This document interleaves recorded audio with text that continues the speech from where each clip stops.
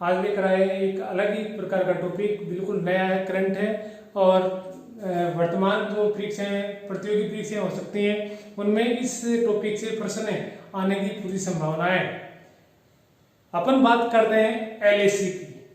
अपन लोगों ने एलओसी नाम सुना है, जब भी पाकिस्तान का नाम आता है तो एलओसी नाम निकल कर आ जाता है। अपन आज बात कर रहे हैं एलएसी की। एलएसी क्या है? आप अखबार में, टेलीविजन में या अन्य माध्यमों के द्वारा आप रोजाना एलएसी के बारे में बहुत कुछ सुन रहे हो। एलएसी क्या है, आज अपन इसी टॉपिक पर चर्चा करेंगे। देखिए, अगर मैं एलएसी के बारे में बताऊं तो इसका सीधा सा अर्थ है वास्तविक नियंत्रण रेखा। वास्तविक नियंत्रण रेखा, एलएसी, इसका पूरा नाम हिंदी में है वास्तविक नियंत्रण रेखा। अपन एलएसी के बारे में चूंकि अंग्रेजी भाषा का शब्द है जो शॉर्ट में लिखा हुआ है, अगर इसको अपन अंग्रेजी में करें तो किस प्रकार से करेंगे? लाइन ऑफ, इसका आ गया actual,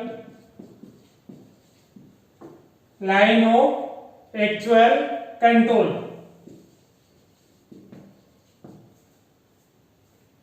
line of actual control, वास्तविक नियंत्रण रेखा या एलएसी।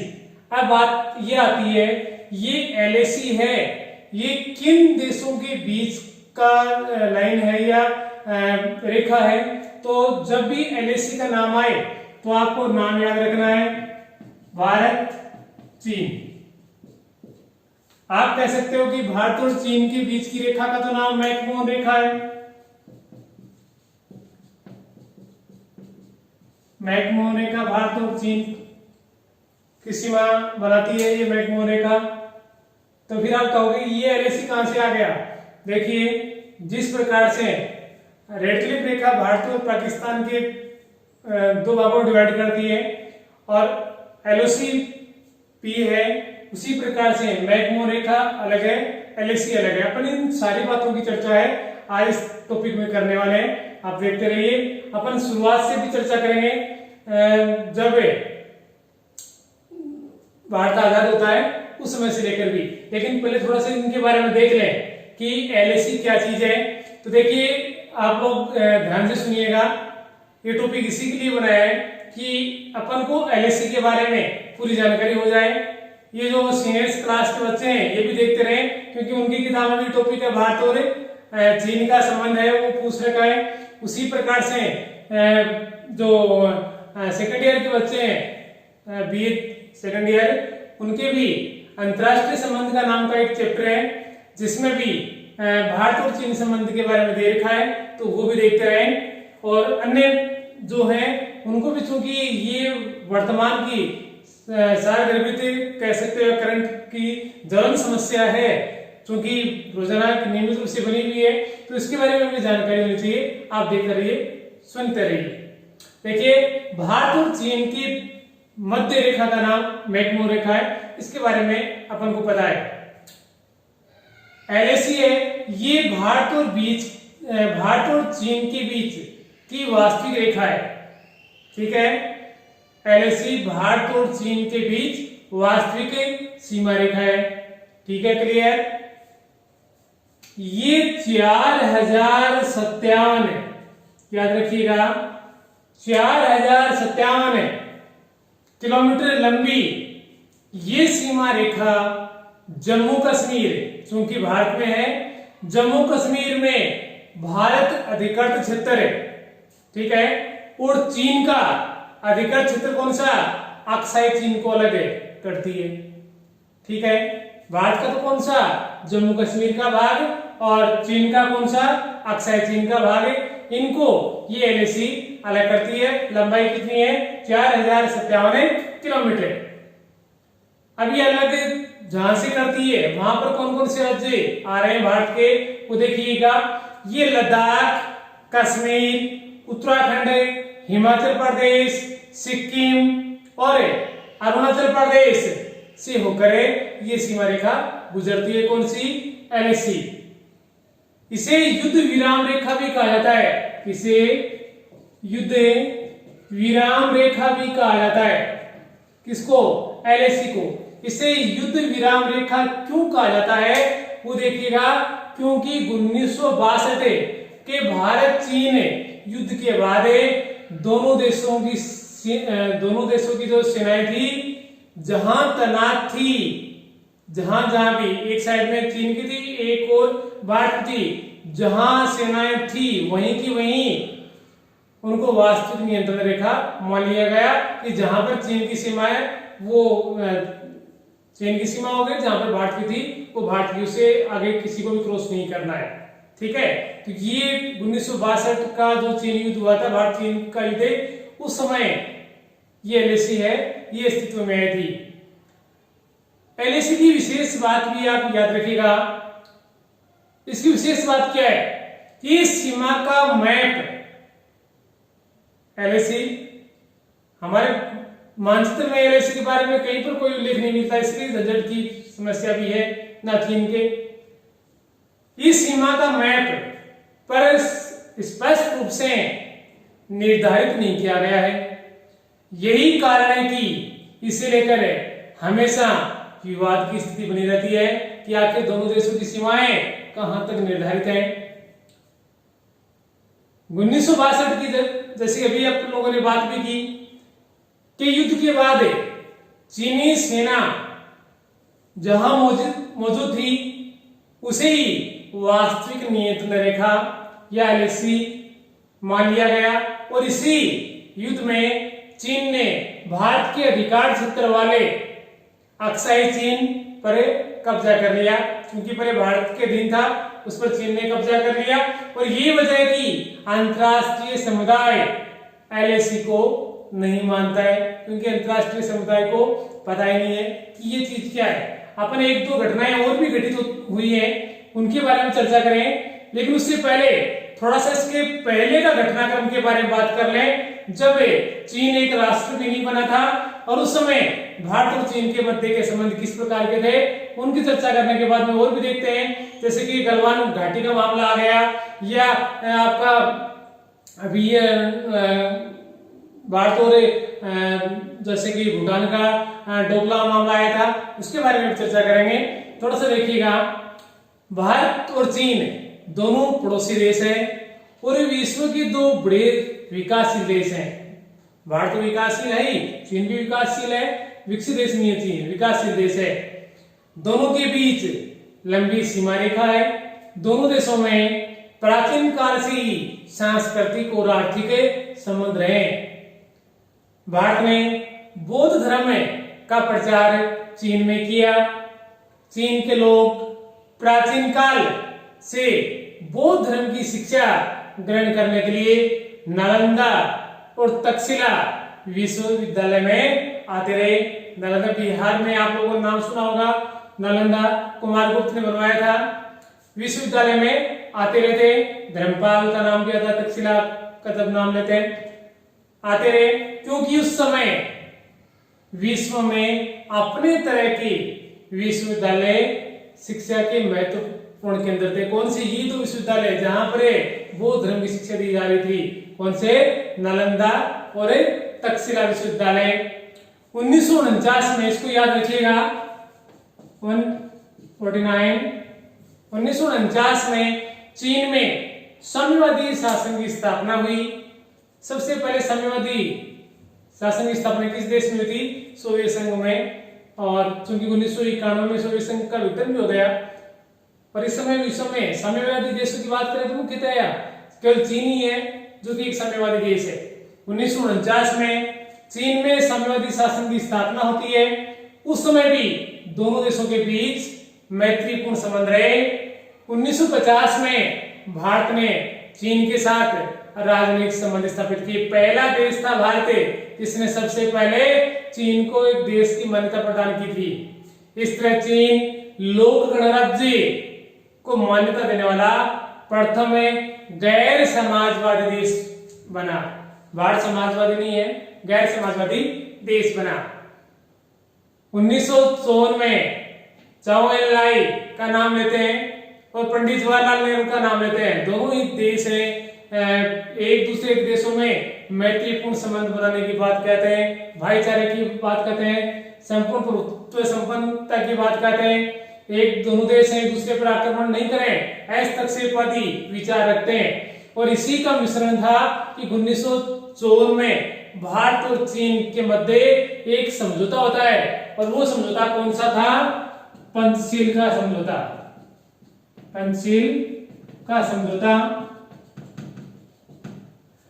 पंचशील का समझौता कब होता है? 1954 में। किसके बीच में?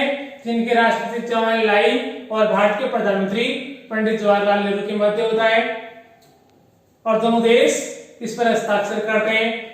और दोनों का नारा भी इस समय बड़ा था, हिंदी चीनी भाई भाई। हिंदी भारत के लिए, चीनी चीन के लिए, कि दोनों भाई भाई है का नारा भी उन्होंने दिया। लेकिन 1962 में ये नारा धरा का धरा रह गया। क्यों? क्योंकि 1962 में चीन ने भारत पर आक्रमण कर दिया। 1962 में मैत्री संबंधों को भुलाकर भारत पर चीन ने आक्रमण कर दिया और भारत की बहुत सारी भूमि पर कब्जा कर 21 नवंबर 1962, 21 नवंबर, इसको याद रखिएगा, 1962, 21 नवंबर 1962 को एक पक्षीय युद्ध विराम की घोषणा कर दी। युद्ध भी कर दिया, भूमि पर कब्जा भी कर लिया और युद्ध की बंद की घोषणा भी कर दी। इस प्रकार लेकिन चीन की ये जो साम्राज्यवादी नीति थी यही समाप्त नहीं होने वाली थी। जब 1965 में भारत पाकिस्तान का युद्ध हुआ तो उस समय भी चीन ने सहायता की, किसकी? पाकिस्तान की, और पाकिस्तान को एक तरफा सहयोग प्रदान किया चीन ने। भारत को उसने किसी प्रकार की कोई सहायता नहीं दी। इसी प्रकार तिब्बत के धर्मगुरु दलाई लामा 3 अप्रैल 1959 को 3 अप्रैल 1959 को भारत में आश्रय लिया तो चीन ने भारत पर अनेक प्रकार से दबाव बनाना शुरू कर दिया कि भारत दलाई लामा को आश्रय देकर चीन के खिलाफ उसको भड़का रहा है, और उन्होंने कहा कि दलाई लामा को आप भारत से बाहर कर दें। लेकिन भारत ने अतिथि देवो भव का नारा देकर, अतिथि देवो भव की बात कहकर, और उन्होंने मना कर दिया कि हमारी शरण में आया हुआ है तो हम इसका जितना सहयोग बन सकता है सहयोग करेंगे। लेकिन चीन इस चीज के लिए निष्फिक्र रहे कि हम उसकी भावनाओं को बात नहीं करना चाहते हैं, हम ऐसा कोई कार्य नहीं करेंगे जिससे कि चीन की प्रभुसत्ता को नुकसान पहुंचे। जब 1961 में भारत ने चीन की सीमा विवाद पर चर्चा करने का प्रयास किया, 1961 में पंडित जवाहरलाल नेहरू ने प्रयास किया कि भारत और चीन के बीच जो सीमा है उस विवाद को हमेशा के लिए समाप्त कर दिया जाए। और जब भारत लगातार इस प्रकार के प्रयास कर रहा था तो चीन ने चर्चा करने से मना कर दिया और भारतीय सीमा के पश्चिमी क्षेत्र को अपने कब्जे में ले लिया। इसी प्रकार से नवंबर 1962 में चीनी सेना ने लद्दाख और लद्दाख और नेपाल में मैकमो रेखा को पार करके भारत पर आक्रमण कर दिया और भारत के बहुत बड़े भूभाग पर उन्होंने अपना कब्जा स्थापित कर लिया। इस प्रकार से आप देखें तो भारत कोई साम्राज्यवादी देश नहीं रहा है, उसकी नीति में किसी प्रकार का कोई खोट नहीं रहा है। चीन लगातार प्रयास करता आ रहा है क्योंकि उसके लगातार जनसंख्या बढ़ती जा रही है और इतनी बड़ी जनसंख्या को बसाने के लिए उसे स्थान जमीन की भी आवश्यकता है और उसका मार्केट, इतने लोगों को रोजगार देने के लिए उसे एक बहुत बड़े बाजार की भी आवश्यकता है। तो इस प्रकार से वह दूसरे देशों को भी किसी न किसी प्रकार का प्रलोभन देकर, लालच देकर या अपने अधीन करके पूरे विश्व की मार्केटिंग व्यवस्था जो है, मैनेजमेंट है, उसको अपने कंट्रोल में करना चाहता है। जो देश किसी न किसी तरीके से उसके काबू में आ रहे हैं उनका वो लाभ भी उठा रहा है, लेकिन भारत इस प्रकार के देशों में नहीं है जो कि चीन जैसी व्यवस्थाओं के लिए उसके दबाव में आ जाए। जब इस प्रकार की समस्या उत्पन्न हो रही थी तो उस समय अब देखिए नए हालात जन्म ले रहे हैं, तो भारत सरकार भी नई प्रकार की व्यवस्थाएं कर रही है जिससे कि दोनों देशों के बीच के जो संबंध है वो सुधरे और भारत के जो पड़ोसी देश हैं वो भी गलत तरीके से चीन का सहयोग नहीं करें। इसी के लिए विदेशी मामलों की एक स्थायी समिति का गठन किया गया जिसके अध्यक्ष से डॉक्टर शशि थरूर को बनाया गया। डॉक्टर शशि थरूर को बनाया गया जिन्होंने 4 सितंबर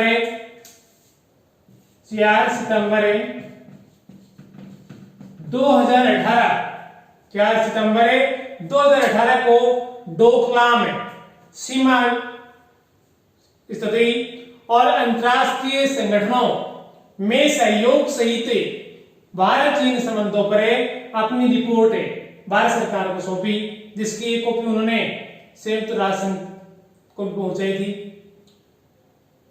अब एक नाम निकल कर आ जाता है, ये डोकलाम क्या है, भारत में है या भारत के बाहर है या चीन में, कहां है डोकलाम, और इस विवाद की जड़ क्या है, क्या है इसमें काफी विवाद उठा था 2017 में। क्या है डोकलाम, देखिएगा आप मुख्यतः आप कह सकते हो कि डोकलाम एक पठार है, पठारी भूभाग है और इसकी स्थिति इस प्रकार की है कि भारत से भी लगता है, चीन से भी लगता है और भूटान से भी लगता है, और मुख्यतः भूटान का ही भूभाग है। ये भूटान और चीन दोनों देश इसे अपना अपना क्षेत्र मानते हैं। डोकलाम भूटान के हा घाटी, घाटी का नाम है हा घाटी, हा घाटी भारत के पूर्व में सिक्किम और चीन के येदोंग कागरी के बीच में स्थित है। कहा क्या बताया, डोकलाम भूटान के हा घाटी भारत के पूर्व में सिक्किम का भूभाग और चीन के येदोंग काउंटी के बीच में ये डोकलाम स्थित है। ये विवाद उस समय प्रारंभ हुआ जब 18 जून 2017 को लगभग 270 से लेकर 300 के करीब भारतीय सैनिक बुलडोजर लेकर और भारत चीन सीमा को पार करके वहां चीन एक सड़क का निर्माण करवा रहा था। उस सड़क का निर्माण का कार्य उन्होंने रुकवा दिया, जिसके कारण दोनों सेनाओं के मध्य, भारत और चीन की सेनाओं के मध्य सैन्य गतिरोध उत्पन्न हो गया और इसलिए नाम निकल कर आया डोकलाम। अभी हाल ही में चूंकि अपन राजनीति विज्ञान पढ़ रहे हैं और राजनीति विज्ञान की जो तत्कालीन घटनाएं होती हैं उनकी जानकारी भी रखना हमारी ड्यूटी है कि आखिर ये चीजें क्या हैं, और उन्हीं के बीच में एक नाम निकल कर आता है गलवान घाटी। नाम सुना होगा गलवान घाटी, जहां पर 20 सैनिक शहीद हो गए थे, नाम याद होगा। आखिर ये गलवान घाटी विवाद क्या चीज है, परीक्षा में आने वाला है, आ सकता है, किससे संबंध है, किन देशों का संबंध है इससे। तो देखिए आप लोगों ने न्यूज़पेपर में या टीवी पर है और एक खबर सुनी थी। खबर क्या आई, खबर यह आई कि चीन की सेना ने गलवान घाटी, चीन की सेना गलवान घाटी तक आ गई है, और गलवान घाटी वही जगह जो हमें नहीं भूलनी चाहिए जहां पर 1962 में भारत और चीन के बीच पहली बार युद्ध हुआ था। और उसी गलवान घाटी में एक बार फिर से चीन हरकत में आया हुआ है। चीन गलवान घाटी के शिनजियांग उड़गरे का स्वायत्त क्षेत्र है, इसे मानता है। इसमें भारत की कोई सहमति नहीं रखना चाहता है, वो मानता है कि चित्र मेरा ही है। और जिसके कारण क्या होता है, भारत और चीन के बीच तनाव होने से दोनों देशों में ही अस्थिरता का वातावरण उत्पन्न हुआ है। गलवान घाटी में चीनी सैनिकों के साथ हिंसक झड़प हुई और इसमें भारतीय सेना के कर्नल सहित 20 सैनिक इसमें शहीद हो गए। और चूंकि ये विवाद लगातार बना हुआ है, भारत में भी लगभग गुड्स रेप बंद कर दी गई है, उन पर रोक लगा दी गई है। और भी कई प्रकार के, जैसे कि टिकटॉक जैसी हैं, ये जो कि काफी पॉपुलर हो रखी थी, और भी कई सारी ऐप भारत सरकार ने बंद कर दी, उनको रोक लगा दी, पाबंदी लगा दी है। ना तो उनको अपलोड किया जा सकता है और ना ही वो डाउनलोड हो सकती हैं, नए अपडेट हो सकती हैं। इस प्रकार की व्यवस्था है भारत सरकार ने क्यों की है, इसलिए कि चीन पर दबाव बनाया जा सके। भारत सरकार लगातार प्रयास कर रही है कि चीन के साथ भारत का जो व्यापार है वो धीरे धीरे करके उसके समाप्त कर दिया जाए, भारत को आत्मनिर्भर बनाया जाए। जिन चीजों का भारत आयात करता चीन से, उन चीजों पर भारत के लोग स्वयं अपने देश में उत्पादित जो प्रोडक्ट हैं उनका इस्तेमाल करें, जिसका कारण क्या होगा विश्व जगत में भी, क्योंकि चीन जितना भी प्रोडक्ट बनाता है और दूसरे देशों में बेचता है, उसका 30% प्रोडक्ट भारत में बिकता है, उसका 30%। और यदि वो 30% प्रोडक्ट है भारत में बिकना बंद हो जाए तो चीन की कमर तोड़ने के लिए काफी होगा। भारत के लोगों को भी इसमें सहयोग करना चाहिए, जो देसी स्वदेशी वस्तुएं हैं उनका उपभोग करना चाहिए। लेकिन ये जो एलएसी की जो अस्थिरता है उसका वातावरण बना हुआ है, तो आप इसमें जो एलएसी है इसमें किस प्रकार से क्या घटनाक्रम चल रहा है, एलएसी क्या है आदि के बारे में अपन लोगों ने देखा, चर्चा की। आशा है आप इसको समझ गए होंगे।